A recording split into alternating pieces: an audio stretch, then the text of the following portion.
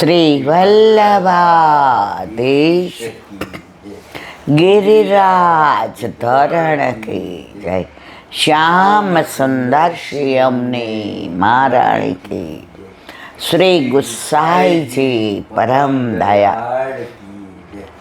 श्री गोकुल नाथ की जय। दाव दयाल की जय। श्री नवनीत प्रिया लाल की। अपने माथे बिराजता सेव्य स्वरूप की जय। बधाई वैष्णव ने जा करे। जय श्री कृष्ण, जय श्री कृष्ण। तृतीय विलास 3। घणी वार एवुं बने एक विलास वध्यो होय अने एक श्राद्ध घट्युं होय। कोई वात श्राद्ध वध्युं होय अने एक विलास घट्युं होय। आ वखते नक्षत्र प्रमाणे त्रीज 2 छे, एटले के 9 विलास 9 ना बदले 10 छे। एटले गई काले आपणे जे तृतीय विलासनी वात करी एम आजे तृतीय विलास ज छे। दामोदरलालजीनो प्रागट्योत्सव। આજે દોહરા મનોરથ બધુંય ડબલ। પ્રભુને લાડ લાડાવા, કીર્તન એ ડબલ, શ્રૃંગાર એ ડબલ, સામગ્રી ડબલ, એટલે એને કહેવાય દોહરા મનોરથ। આજે એમની કહાનીથી ને શ્રીજી બાવાને દોહરા મનોરથ। પુષ્ટિ માર્ગમાં હરખ કેમ કરવો, ઠાકોરજીને લાડ કેમ લડાવવા, એમાં ક્યાંય નિયમો નથી। આજે આપણા દીકરાનો પ્રાગટ્ય ઉત્સવ હોય કે જન્મદિવસ હોય તો બાજુવાળાએ મનાવ્યો એમ કાંઈ આપણે મનાવવો એવું નહીં। આપણને આપણી રીતે ગમે તો એમ વલ્લભે ઠાકોરજી તો દરેકના માથે પધરાવી દીધા। દરેક પોતાની રીતે લાડ લડાવે। ઘણા પ્રાગટ્ય છે, વૈષ્ણવને બોલાવે, મુઠ્ઠી મગનું મનોરથ કરે। ઘણા ઠાકોરજી માટે સુંદર શ્રૃંગાર બનાવડાવે। ઘણા શ્રીનાથજી જાય પ્રભુને પધરાવીને અને ત્યાં આનંદ કરે। કોઈ પણ વૈષ્ણવ એવું નહીં હોય કે જેના ઘરે જેના માથે ઠાકોરજી બિરાજતા હોય એનો પાટોત્સવ ભૂલી જાય કે ના ઉજવે। પણ દરેકને પોતાની ક્ષમતા પ્રમાણે હોય। જેને પ્રભુએ જેવું સામર્થ્ય, ઘણાને સામર્થ્ય આપ્યું હોય તોય ન કરે અને ઘણાને સામર્થ્ય ના હોય તોય કરે।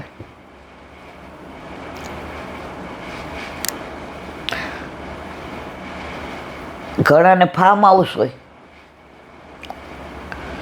ત્યાં લઈ જાય અને ઘણા રૂમ રસોડામાં ભાડે રહેતા હોય તોય 5 વૈષ્ણવને બોલાવે। જેને પ્રભુ જેવી રીતે કરાવે એવી રીતે કરે।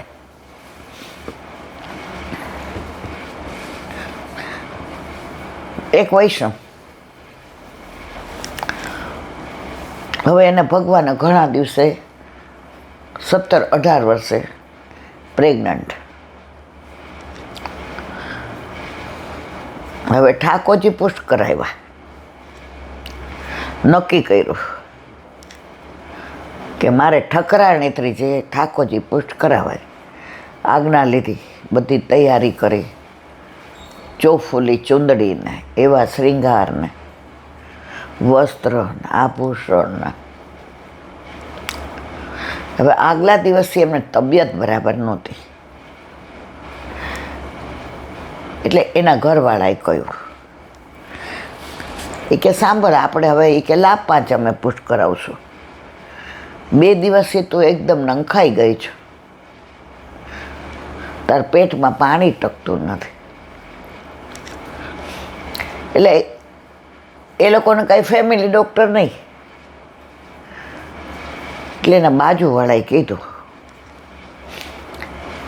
એ કે મારા ભત્રીજા બહુ આવ્યા છે, એ આમ તો છે ગાયનેક ડૉક્ટર, પણ તમને આટલી બધી ઉલટીઓ થાય છે.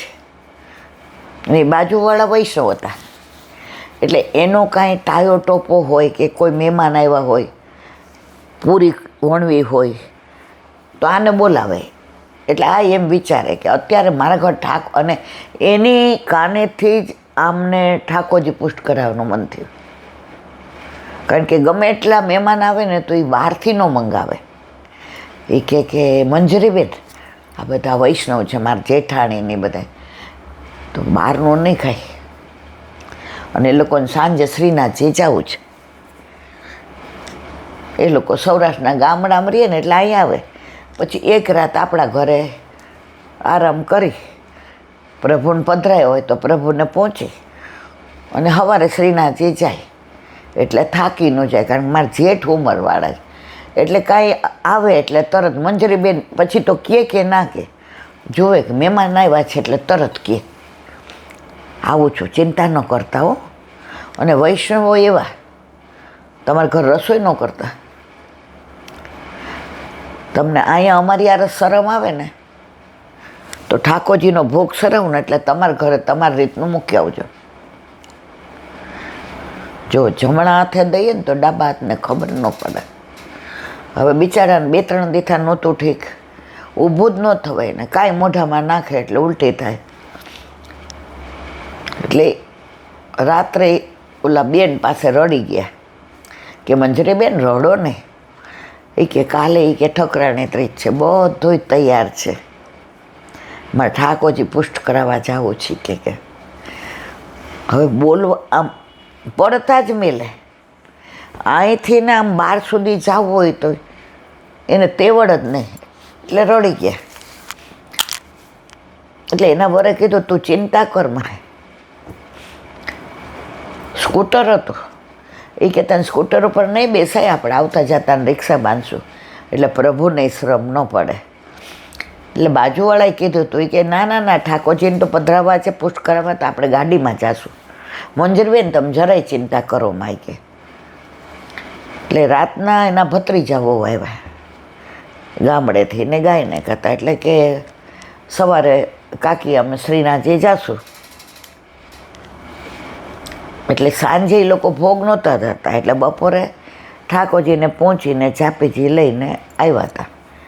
હવે ભત્રીજાઓ ને જમાઈને એના સગાવાલાને એમ કરીને ઓલી 7 સીટર હતી તો 7 જણા હતા. હવે મંજરીબેનમાં તો બોલવાની ત્રેવડ નહોતી, એટલે આમણે પછી કીધું કે એ કે નીમા, એ કે આજે મંજરી બા ક્યાં ગયા? એ કે 2-3 દીથા બિચારાને એટલી ઉલટીઓ થાય છે ને કે પાણી પેટમાં ટકતું નથી. તો કે તું બાટલા ચડાવવા પડો, પાણી ડિહાઇડ્રેશન, પાણી શરીરમાં ખલાસ થઈ જાય ના ચાલે. એ કે જોઈ લે ને તો એવી ગોળી લખી દે, હું લઈ આવું. ઓલા તો ઊન પડ્યા હતા રૂમમાં. એટલે જેમ આપણે છે ને આમ વચ્ચેથી ઓલી જાળી એમ અવાય, એટલે ત્યાં એ લોકોએ જાળી વચ્ચે રાખી હતી કે કૂદીને આવે તો ભાઈ. એટલે પછી કે હું જોઈ આવું હો. એટલે કે એને કાકી કે હા જોતી આવો, અને ગોળી જે લખી દે ને એને ન દેતી, હું મંગાવી લઉં છું.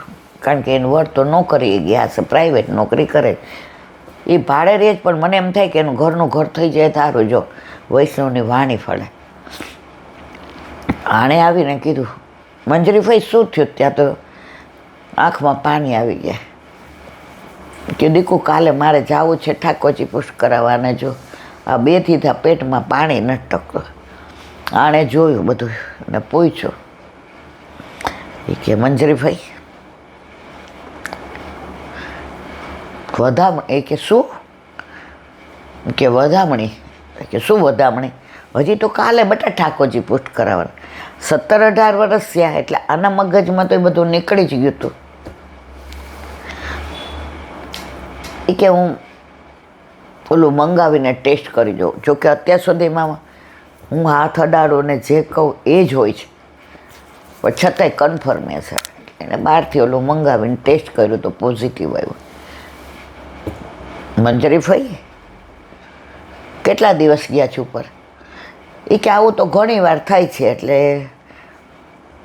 બધા એવું કહેતા હતા કે હવે તમારે જવાનું થયું હોય ને તો દર વખતે વહેલા મોડું થાય. એટલે આ વખતે 1.5-2 મહિના થયા જ. કોક વાર મહિના ઉપર 2 દી જાય ને 4 દી જાય ને કોક વાર 20 દિવસે થાવ. એટલે એ કે ના આ વખતે જુદું છે. આવી રીતના ઓલાને રાજી થવું કે દુઃખી થવું એ સમજી જ નહોતા શકતા, પણ આણે સમજાયું કે લોકો પથ્થર એટલા દેવ કરે છે અને તમે કર્યા જ હોય. તો કે ના હવે તો મારે કાલે તો મારો લાલો આવવાનો છે, તો હું 2માં વેચાઈ જાઉં, મારે એ નથી કરવું. ત્યાં બાજુમાંથી ને કાકી આવ્યા. કે નીમાં શું થયું બટા? કે આવું છું. એ કે મંજરી બેન તમે તો લોટકા નીકળે કહેતા આમને હરખ કરવા. એટલે મંજરી રોવા માંડી. એ કે હું 2 લાલા વાંચે વેચાઈ જાઉં, મારે હવે વેચાવું જ નથી 2 લાલા વાંચે. કાલે મારા ઘરે મારો લાલો જે આવે છે ને એ ગયા જન્મમાં હતો, આ જન્મમાં છે ને આવતા જન્મમાં રહે. ત્યારે સરસ કીધું નીમાએ. એ કે મંજરી ભાઈ હું નાના મોઢે મોટી વાત કરું? તમે એમ કહો લાલો ન જોઈ તો લાલી જે આવે એ, પણ ઠાકોરજી પુષ્ટ થઈને આવે પછી પેલા જ એણે નક્કી કરી દીધું કે મારી મા પછી મારું કોણ. તો એણે તૈયારી કરી દીધી કે એકવાર આ ઘરમાં આવીશ પછી હું પાછો નહીં જાઉં. તો તમને જતાવી દીધું. આજે પુષ્ટિ માર્ગમાં દીકરા કે દીકરી એટલા કે આપણે ના હોઈએ ત્યારે આપણા છોકરાઓ સેવા કરે, એ ના હોય ત્યારે એ ના કરે. સૌરાષ્ટ્રમાં જે ઘણા એવા વૈષ્ણવ છે જેના ઘરે 150, 200 વર્ષથી એ જ સ્વરૂપ બિરાજે છે. હવે મંજરી દ્વિધામાં આવી ગઈ. ત્યારે નીમાએ ફરસ કીધું આ તમારા હાથમાં છે? એ કે ના. તમે છેલ્લા 5 વર્ષથી કાંઈ દવા કરી? તો કે ના. તમે મનમાં એવું ક્યારેય? તો કે છેલ્લા 1.5-2 વર્ષથી તો ઠાકોરજી સવારે ભલે પુશ નહોતા કરાવ્યા તોય. અને એ કે ફઈબા એટલે ચંપાબેન એમ, ચંપાબાને ઘરે તેલ કરું અને સાંજે એ લોકો રોજ 84-252 ને શિક્ષાપત્ર શું. તો ધીમે ધીમે તો મારું મન એ બાજુ વળી ગયું હતું કે પ્રભુ તો બહુ કૃપાળો છે કે પુષ્ટ કરાવવાનું મન પણ તમારા કાકી અહીંયા રહે એટલે થયું. બાકી અમારી જ્ઞાતિ તમે જાણો છો, અમારા કુટુંબને તમે જાણો છો. અમારે ત્યાં 3 ટાઈમ લસણ ડુંગળી વિના કોઈ ખાય નહીં.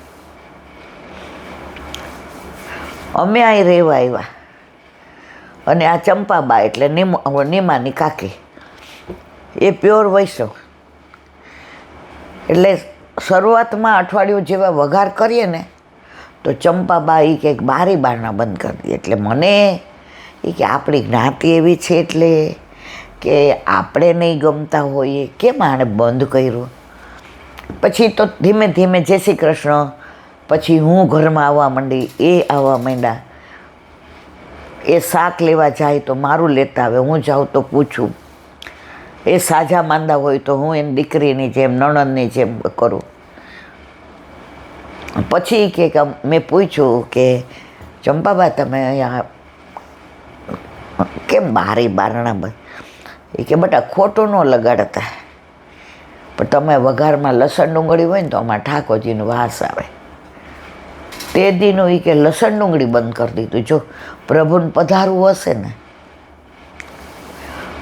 હવે એ કે મારે દ્વિધા થઈ. કાંઈ દ્વિધા નથી કે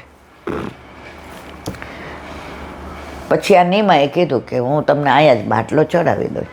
બાટલો ચડાવ્યો, દવા લખી દીધી. એટલે ચંપા બાકી એને ન કહેતી હું અહીંથી મંગાવી દઉં છું. બાટલો ને બધું એ કારણ કે મને ખબર છે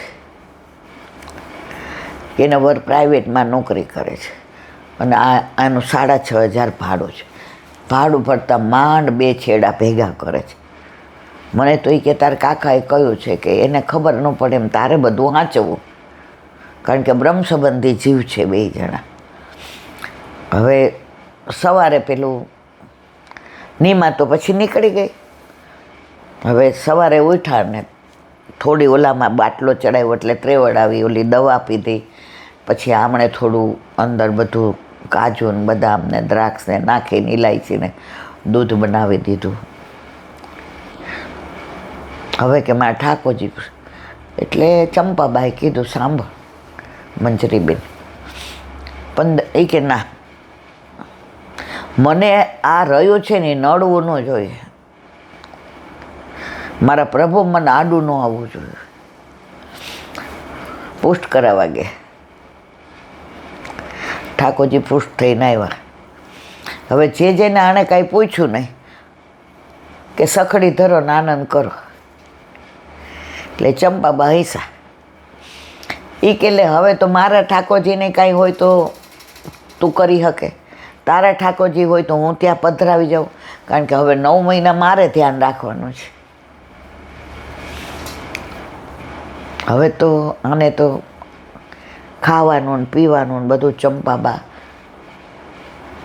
દીકરીને જેમ મંજરી એટલે આમ નણંદને. પછી એને ભત્રીજી પહોંચી ગઈ એટલે ફોન આવ્યો. એ કે કાકી મંજરી ફઈને કેવું છે કે ના હવે તો બહુ રાજી રહે છે અને ઠાકોરજીની સેવા અહીંયા જોયેલી બહુ આનંદથી કરે છે કે. પણ ઉલટી એ કે એ તો હવે સ્ત્રી સહજ રોગ હોય એટલે થાય. ચંપાબાએ એને કીધું તારે થાય એટલું કરવાનું. હવે સવારે તો ઠાકોરજીને પહોંચ્યા તે બધું